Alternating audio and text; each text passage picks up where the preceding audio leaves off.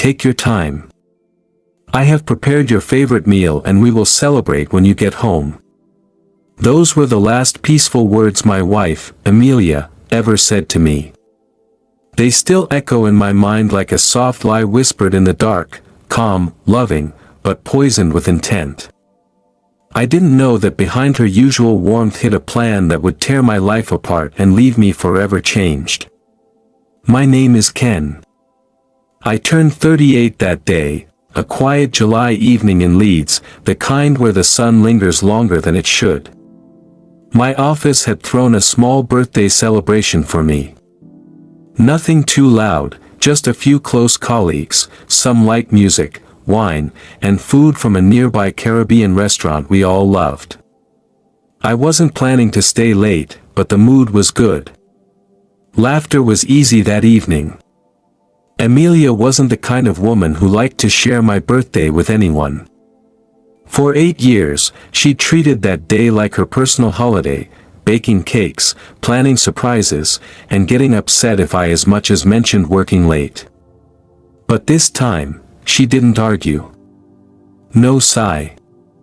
No questions. Just that sweet voice on the phone, "Take your time." It should have raised a flag, but I didn't notice. Maybe because everything had been going so well for us, or so I thought. The past year had changed our lives. I had struck a deal in my engineering firm that earned me not only a double promotion but also a 5% equity in a project that pumped cash into my account every month like a broken tap. Life had become good, not just good, great. And my wife, Emilia, who ran my side business, a growing real estate venture, was also flying high. We bought 2 houses in Harrogate, opened an Airbnb in Manchester, and had just sealed a commercial lease in Bradford. We were comfortable. Settled. Or so I believed. So when I stepped into our house that evening around 9:40 p.m., slightly tipsy but still in control of my senses, I expected a warm hug, maybe candles on the dining table, and that homemade curry goat she always made better than anyone else. Instead, the first person I saw was her brother. Jared.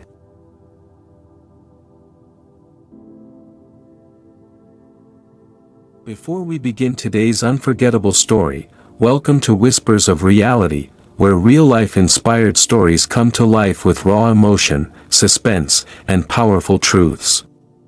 From heartbreaking betrayals to jaw-dropping comebacks, shocking secrets to soul-stirring moments, every story on this channel is a whisper from reality itself. These aren't just stories, they're experiences you'll feel.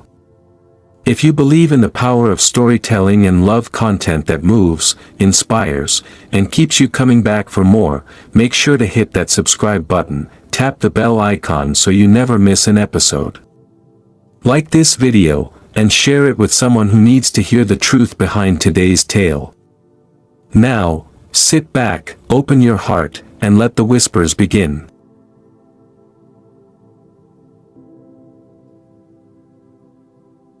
I hadn't seen him in over a year.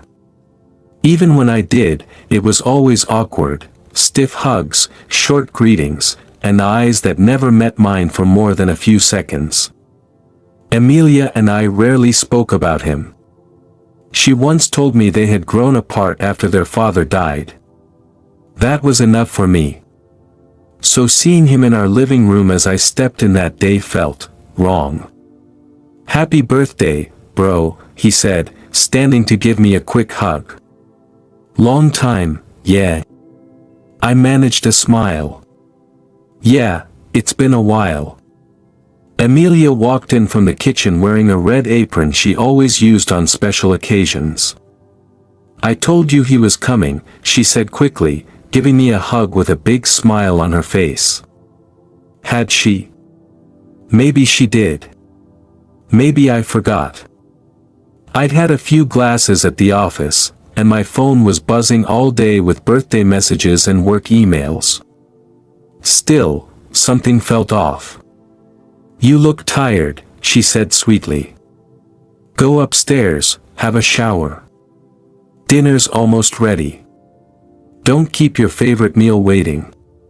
She smiled. That familiar, warm smile I'd fallen in love with. But it didn't reach her eyes. I gave Jared a brief nod and walked toward the staircase. I didn't want to spoil the mood. It was my birthday, after all. And if she'd gone through all the effort to prepare something special, who was I to start poking holes in a good evening? But I had forgotten my phone. I only realized it after I'd turned on the shower and taken off my shirt.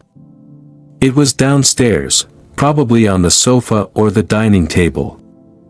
I didn't want to miss a message from the lads at work, so I quickly put on my t-shirt and quietly went back down to retrieve it. That's when it happened. That's the moment everything changed. I froze at the last step when I saw Emilia in the kitchen. She was standing over my plate. I knew it was mine because of the way she arranged the rice, always in a neat dome. She was rubbing something on the food. Something I couldn't see clearly from where I stood. Her fingers moved quickly, like someone who had done it before. And Jared was sitting at the kitchen island, watching her. Not shocked. Not confused. Just waiting. Neither of them saw me. The sound of the television and the running water upstairs had masked my return. I stood there for a few seconds, rooted in place, my heart thudding in my ears. My mind tried to make sense of what I was seeing. Was she adding seasoning? Medicine? But why so secretively? And why now, when she thought I wasn't watching? My legs trembled. I walked back up, slowly, silently, as if I had seen nothing. I didn't know what to think. I didn't want to believe what my eyes had shown me. But something inside me felt strange. When she called me down to eat, I came back with a smile on my face. She was beaming, eyes glowing like someone proud of a job well done. She carried 2 plates from the kitchen, one for me, one for Jared, and placed them on the dining table. She handed me the one I had seen her touch. Then she returned to the kitchen to grab drinks. Jared was still in the kitchen pressing his phone. That's when I did it. With trembling hands and a racing heart, I switched the plates. I didn't think. I just moved. When she came back with the glasses of wine, Jared was behind her. She didn't notice. Maybe she was too confident. Or maybe she didn't care anymore. She raised her glass to mine. To another year of greatness, she said. To us, I added, hiding the storm inside me. We clinked our glasses and started eating. 30 minutes later, Jared started coughing. Then gasping. Then vomiting blood everywhere. He collapsed, shaking on the floor, his hands clawing at his throat. Emilia screamed, knocked over her wine, and ran to him. I stood there, paralyzed. My eyes never left her face. It wasn't fear on her face. It was confusion. Followed by realization. Then raw panic. I picked up the phone and called emergency services. They arrived in 8 minutes. But by then, Jared was gone. Poisoned. Dead. By the food meant for me. And that was the moment I stopped being a husband, and became a witness to the woman I once loved. The house was filled with flashing blue lights and the heavy boots of strangers moving through what used to be my safe place. Our home, warm, spotless, full of life just hours before, now felt cold, hollow, and stained with death. I sat on the edge of the staircase, my palms damp with sweat, while paramedics pronounced Jared dead in our living room. 'Cause of death, poisoned. Emilia was crying, pacing, screaming, a performance I couldn't yet decipher. part of me still wanted to believe she was innocent. That there was a mistake. That maybe I hadn't seen what I saw. But the cold lump in my throat wouldn't melt. Because I had seen it. I knew it. She tried to kill me. 2 uniformed officers, both young, both clearly shaken by the scene, approached me gently, asking if I needed water. I nodded, but I didn't drink it. One of them crouched in front of me. "Mr. Ken, we understand this is a very difficult situation, but we need to ask you a few questions." I looked over at Emilia, who was now sitting on the floor, sobbing into a cushion, rocking back and forth like a broken child. I nodded slowly. "I understand." They started with the basics: my full name, what I do for a living, how I knew the deceased. "He's my brother-in-law. Emilia's only sibling." "Was he staying with you?" "No," I said. "I didn't even know he was coming here today." One of them glanced at the other. That caught their attention. "He just showed up," the officer pressed. "My wife said she told me earlier, but I don't remember hearing it." They both wrote that down. They moved on to the events of the evening. Where I had been. What I ate.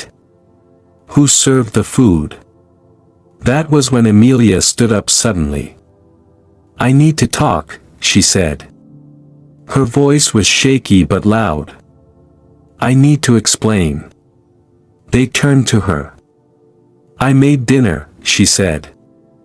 "We all ate the same thing.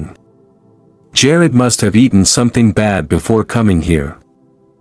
I told him not to mix alcohol with antibiotics. He's been on some medication for weeks now." I stared at her. She was lying. Easily. Naturally. Like she'd rehearsed it. One of the officers nodded slowly, scribbling notes. "Do you have the medication bottles?" "No," she replied quickly. "He didn't bring any. But he told me earlier he wasn't feeling well. He shouldn't have even been drinking."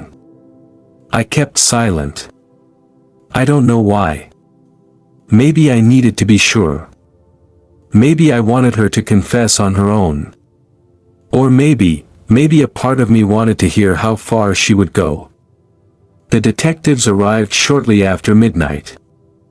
These ones weren't gentle. They separated us. Took Emilia into the study. Took me into the kitchen. And there, under the bright white lights and between empty plates, they asked me again, what happened tonight? I looked down at my hands. They were shaking. "I need to tell you the truth," I said quietly. Their pens paused. I narrated everything I saw that evening when I came back from work. The room went still. The older detective, a stern woman with silver-rimmed glasses, narrowed her eyes. "You're saying she poisoned your food?" I swallowed hard. "Yes." "And her brother ate it by mistake?" "Yes." They looked at each other. "Why didn't you say anything sooner?" I rubbed my face, my voice barely audible. "Because I didn't want it to be true." They left the room. 10 minutes later, I heard Emilia scream. A deep, hollow, animal-like sound that shook the walls. She had been confronted with my statement. And she cracked. The confession came in waves. First was denial. Then came the tears. Then the desperation. And finally, the truth. She admitted it all. That she had been planning it for months with Jared. That she knew if I died, everything, the businesses, the life insurance, the properties, would come to her. That she brought Jared in to help with the plan. He had debts.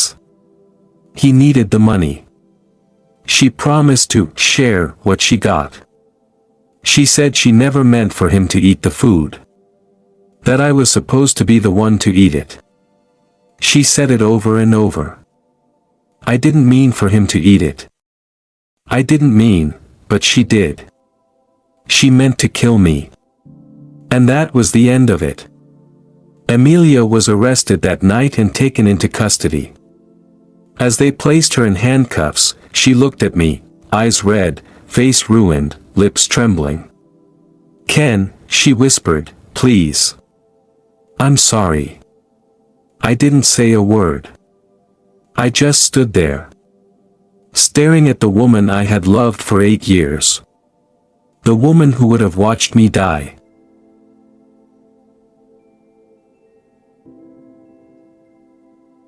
They say hindsight is 20/20.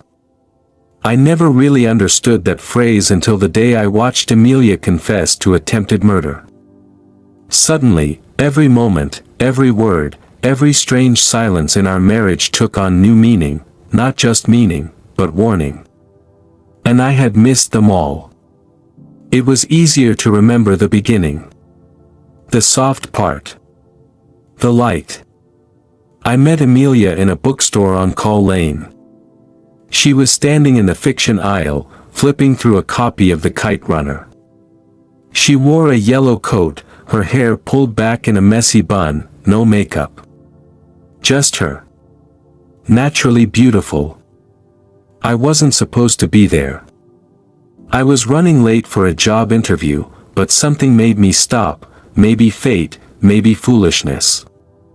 We talked for almost 30 minutes before I asked for her number. 2 weeks later, we had our first date at a quiet cafe in Headingley. She ordered mint tea and barely touched it.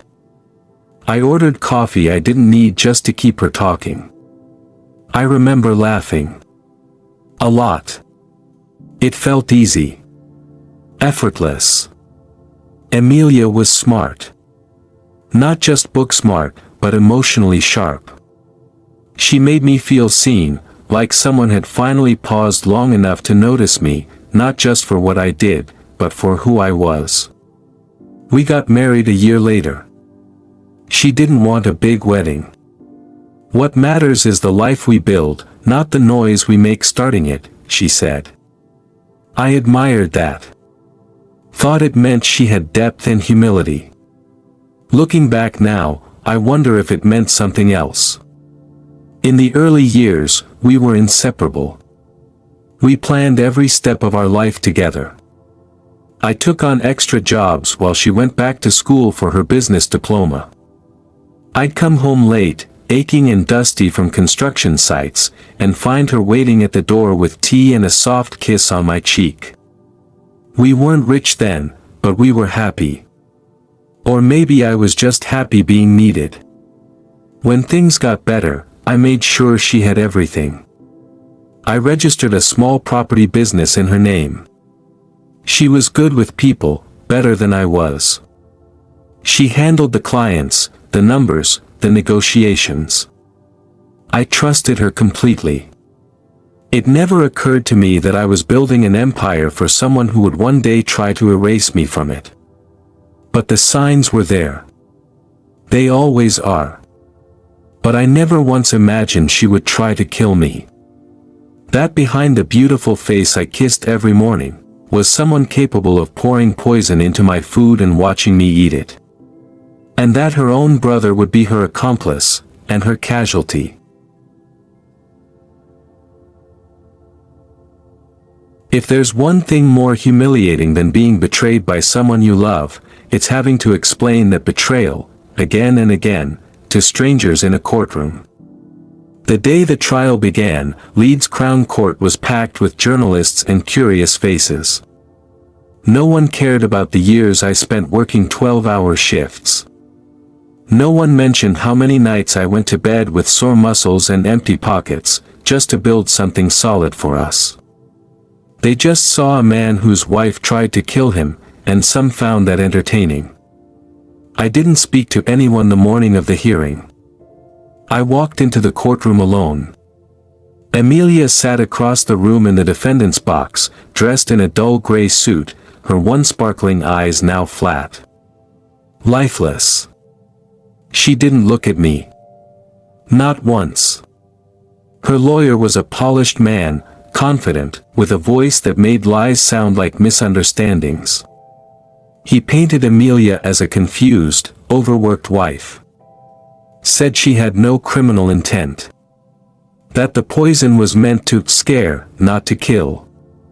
That her brother, Jared, took the wrong plate by accident. The same Jared who had been her partner in the plan. They tried to say I was controlling, that Emilia feared me.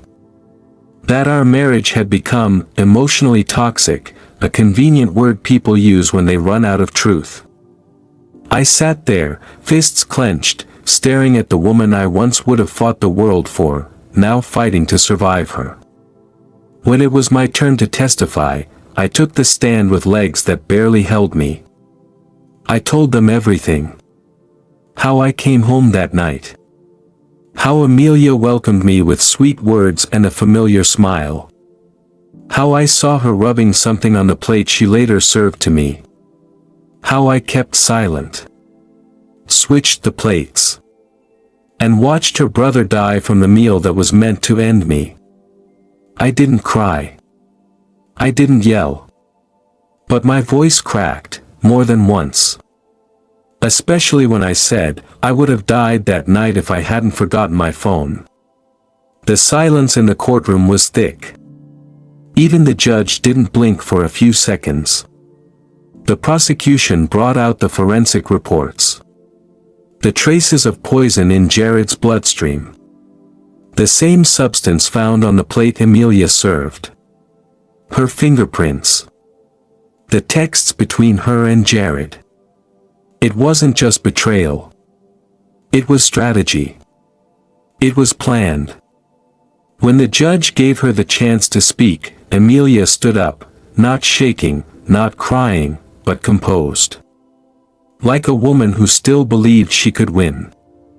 She turned to me. "Ken," she said. "I loved you. I still do." I didn't look away. I wanted to hear every lie she had left. I didn't mean for any of this to happen. Jared pushed me. He had debts. He threatened to expose things if I didn't help him. I was scared. I wasn't thinking straight. But I never wanted you dead. I just wanted out. Out of what? The life we built? The comfort? The trust? Or out of the marriage without losing the money? I asked myself. Her voice trembled for the first time. "I'm sorry," she whispered. "Please believe that." The courtroom was still.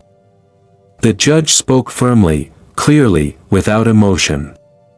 "Emilia Rose Morgan, you have been found guilty of conspiracy to commit murder, attempted murder, and the death of Jared Nolan Morgan.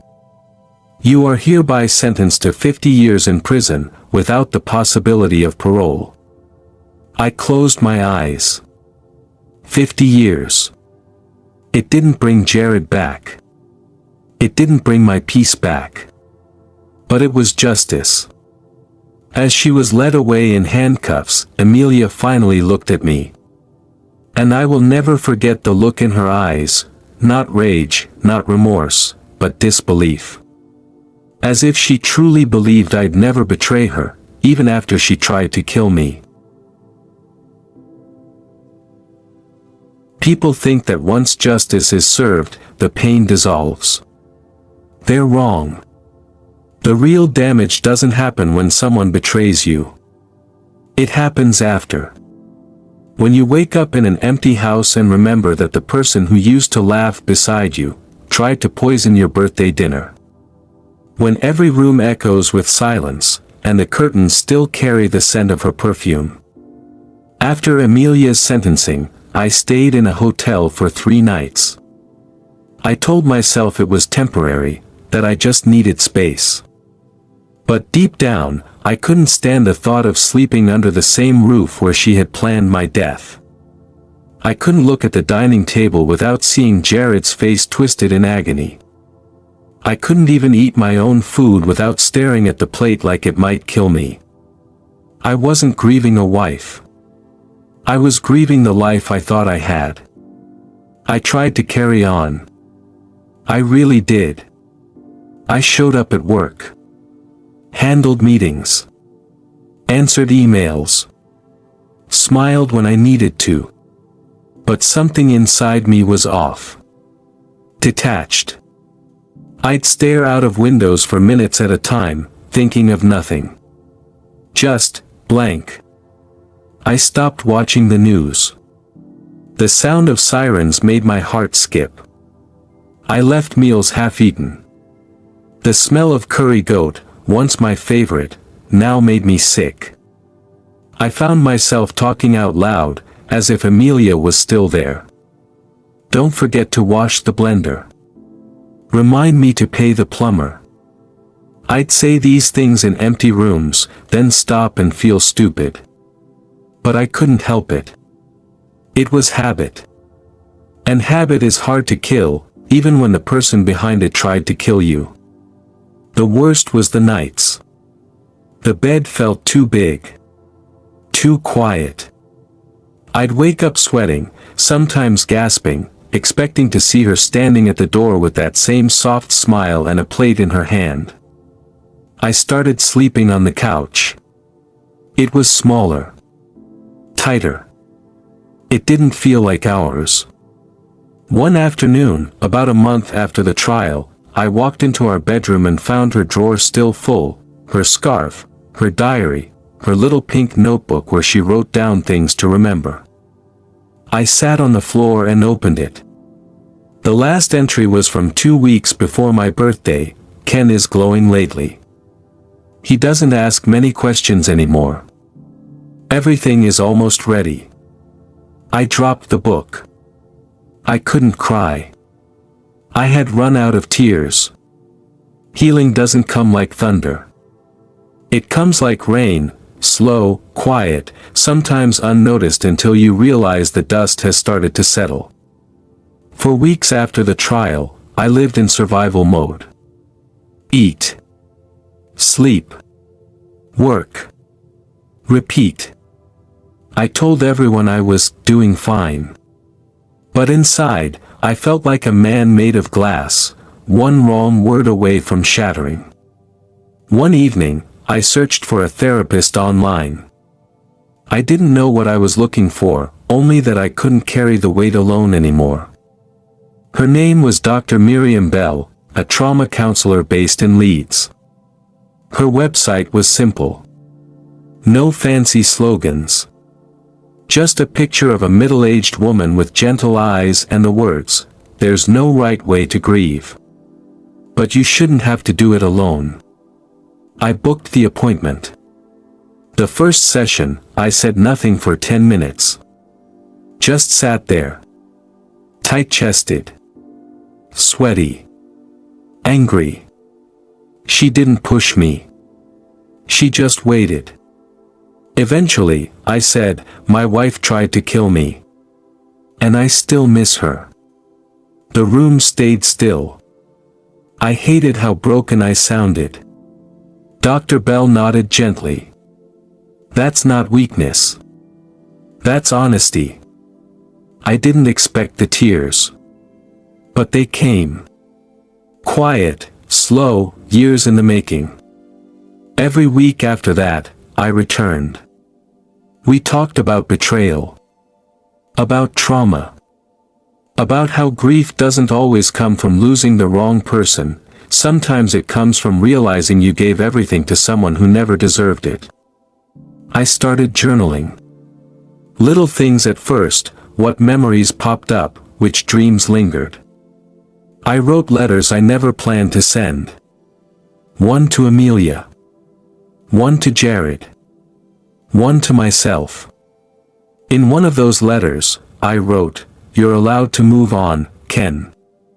You're not betraying your past. You're choosing your future." Slowly, the house became less haunted. I opened windows again. I cleaned out Emilia's drawer, packed her things, donated most of it.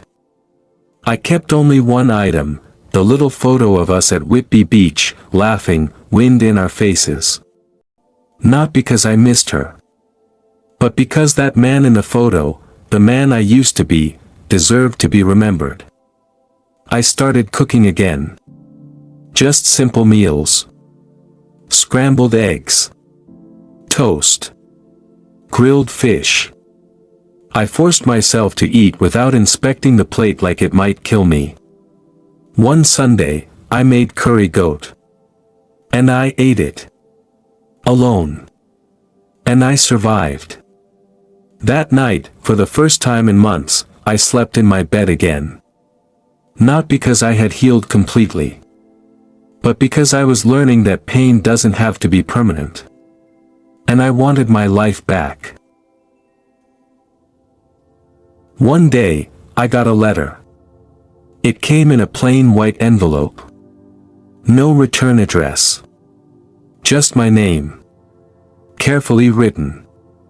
Familiar handwriting. I stared at it for hours before opening it. It had been almost a year since the trial, a year of therapy, long walks, empty Sunday mornings, slow meals alone, and relearning how to breathe. I'd made progress. Not peace, exactly, but progress. I could sleep through the night. I could walk through my house without hearing echoes. But that envelope felt like a trapdoor. I opened it with trembling fingers. Inside was a single sheet of paper. No greeting. No dear Ken. Just a beginning. I've been meaning to write this since the day they closed the cell door behind me. I read slowly, like each word might explode in my hands. I've had time. A lot of it. Time to think. Time to hate myself. Time to justify it. And time to unjustify it again. The silence in this place is loud. It forces you to listen, not to others, but to yourself. That's the cruel part of prison. It doesn't just lock your body. It locks you in with your own mind. I don't expect you to forgive me. I know I've lost that right. But I wanted to say it anyway, I'm sorry. Not just for what I did, but for how far I let myself drift from the woman you fell in love with. I don't know when it happened. I truly don't. 1 minute, I was your wife. The next, I was your enemy. I let greed become my god. I thought I deserved more. I let the world tell me that I was the one being left behind. Jared had debts. But I had choices. And I chose the worst one. I think about that night every single day. The sound of his body hitting the floor. The look on your face. Not anger. Not even fear. Just heartbreak. I destroyed the one man who ever saw me as more than what I came from. I wanted everything. And I lost the only thing that mattered. If you never write back, I understand. If you never visit, I won't blame you. But if there's one part of you that still wonders whether I ever loved you, the answer is yes. Twisted. Broken. Misguided. But yes. Emilia, I folded the letter slowly. Then unfolded it again. Then stared at it like it might change. It didn't. She didn't ask for anything, not forgiveness, not sympathy, not money. Just memory. Just acknowledgement. Just to be heard. I sat with that letter in my lap for a long time. Hours passed. The room darkened. The clock ticked, and still I couldn't move. Not because I was angry, but because a part of me, the part that once believed in her, still hurt. I didn't know what to feel. Relief? Pity? Sadness? Closure? Maybe all of it. Maybe none. Eventually, I put the letter in the drawer beside my bed. Not to keep it close, but to keep it out of sight. Because some wounds don't heal when you pick at them. They heal when you finally stop reopening them. It took me 3 weeks to decide. 3 weeks of walking past that drawer, opening it, staring at the letter, and closing it again. But in the end, curiosity didn't bring me to the prison. It was something else, something heavier. I wanted answers. Not because I needed justice, that had already been served, but because some part of me was still trapped in that night. Still standing at the top of the stairs. Still watching the woman I loved lace poison into a meal meant for me. I had to know why. The visiting room was sterile, pale blue walls, plastic chairs, and a silence that didn't feel natural. The kind that swallows every cough and shuffles every footstep. Then she walked in. I hadn't seen her in nearly a year. Her hair was shorter. Her eyes looked older. Not tired, just empty. She sat down slowly across from me, hands cuffed, chained to the metal ring on the table. There was no makeup on her face. No pretense. No mask. Just Emilia. The one I had married. The one who tried to kill me. "Hi, Ken," she said, her voice a whisper. I nodded. "Hi." It took a moment before either of us spoke again. "I didn't think you'd come," she said. "I wasn't sure I would," I replied. We sat in silence. I studied her, not like a man studying his wife, but like a stranger trying to read the final pages of a book he once loved. "I read your letter," I said. Her eyes dropped. "I meant every word." "Why, Emilia?" I finally asked. "Why did you hate me enough to do that?" Her lip trembled. "I didn't hate you," she said. "That was the problem. I loved you. And I hated myself for needing you so much. I hated how small I felt next to your success. I was managing your business, yes, but it was always yours. You were always ahead. Always admired. You had everything," I interrupted, my voice cracking. "You had me. You had the business. The house. The future." "I wanted control," she whispered, tears brimming. "I wanted to matter in a way that didn't depend on your kindness." I shook my head. "I would have given you everything," I said. "You didn't have to take it. You just had to ask." "I know," she sobbed. "But greed speaks louder than love when your heart is full of holes." The room fell quiet again. I looked at her, really looked, and for the first time, I saw the brokenness, not just the betrayal. Not as an excuse, but as a reality. She had lost everything too. "I'm not here to forgive you," I said gently. "Not yet. Maybe not ever." She nodded. "I understand. I just came to let go." A tear rolled down her cheek. "You were the best thing that ever happened to me," she said. "And I was the worst thing that ever happened to you." I looked at her one last time. And I nodded. Then I stood up. No dramatic goodbye. No hug. No second thoughts. Just peace. Just closure. And as I walked out of that prison, into the crisp Yorkshire air, I felt lighter than I had in years. The chapter wasn't erased, but it was closed. And that brings us to the end of today's story. What are your thoughts? What would you have done in that situation? Drop your thoughts in the comments, we read every single one. Your perspective matters, and we love hearing how these stories connect with you. If this story moved you, inspired you, or even shocked you, don't forget to like the video, hit subscribe, and turn on the bell so you never miss another true life tale from Whispers of Reality. We have more powerful stories coming your way, real stories that deserve to be heard. Until next time, keep listening to the whispers.